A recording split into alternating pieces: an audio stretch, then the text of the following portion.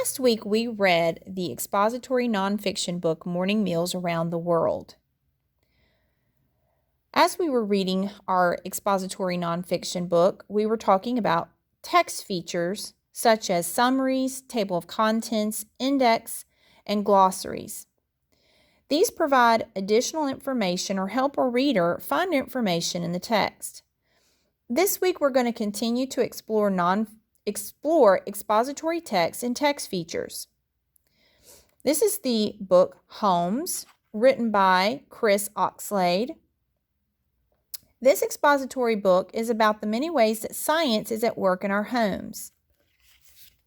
If we look at the back cover, we can find our summary that lets us know what the book is going to be about.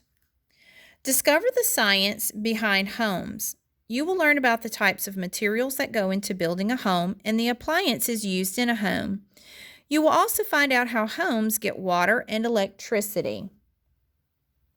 So based on what we just read, what do you expect to learn from this book? Type your response in the comment box below. Now I'm going to open up and look at the table of contents inside our book. And remember, a table of contents lists the chapters in a book and the page number on which each chapter starts. Today we're going to be reading from the first two chapters, Science in Your Home and Building Homes. I'm going to be stopping while we're reading so that we can discuss what we're learning and think about the text features. Science in your home. What is a home?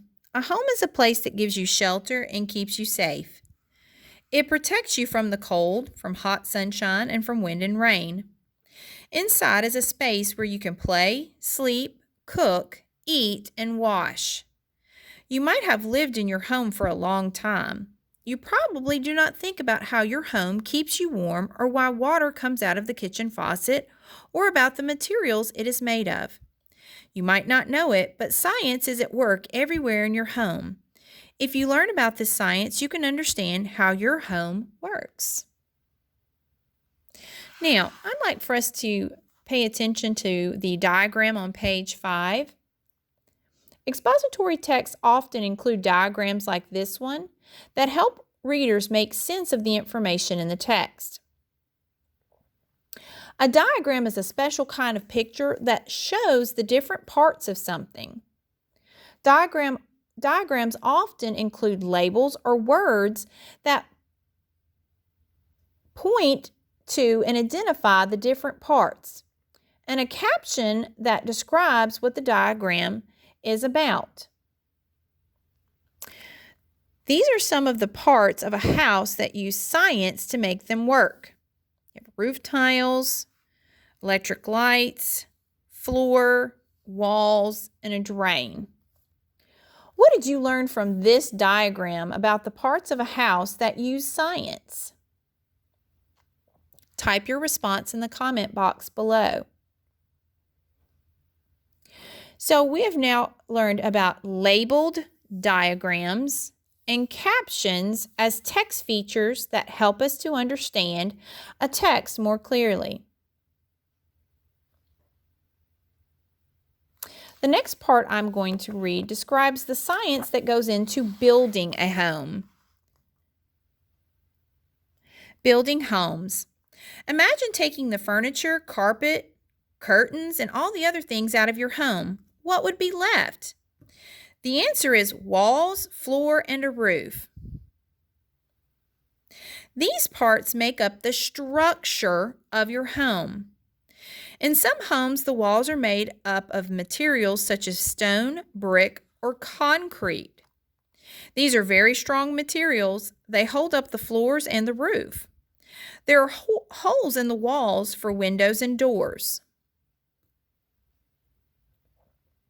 I want us to look at this photograph, and I want you to understand that many expository texts often have photographs like this one with accompanying captions right here that tell what they are about. This caption says, "A house stays dry inside when it rains.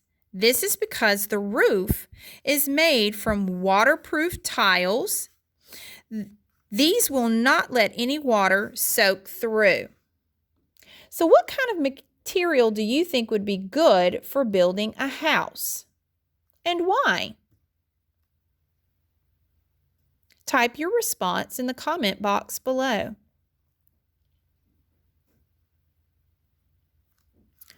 We now have been able to learn about photographs and how they also help us to understand a text better.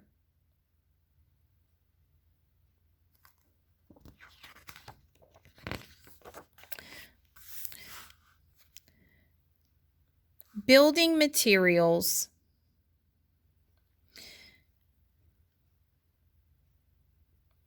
Materials that are often used for building homes are wood, brick, stone, concrete, steel, glass, and plastic. Each of these materials has its own properties. The properties of a material include how strong it is, how easily it bends, how easy it is to cut, and its texture. Builders choose materials for building homes because of their properties. Cement and concrete. Cement is a useful material for building homes. When it is mixed with water, it slowly becomes very hard. Cement mixed with sand and water makes mortar. Mortar is used to stick bricks together. Concrete is made by adding gravel to mortar.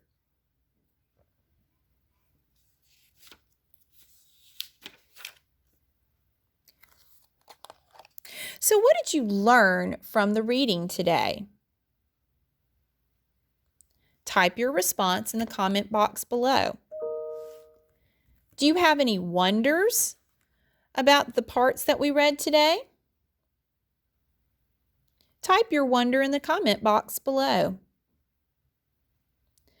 Tomorrow we'll hear more from this book and continue to explore text features.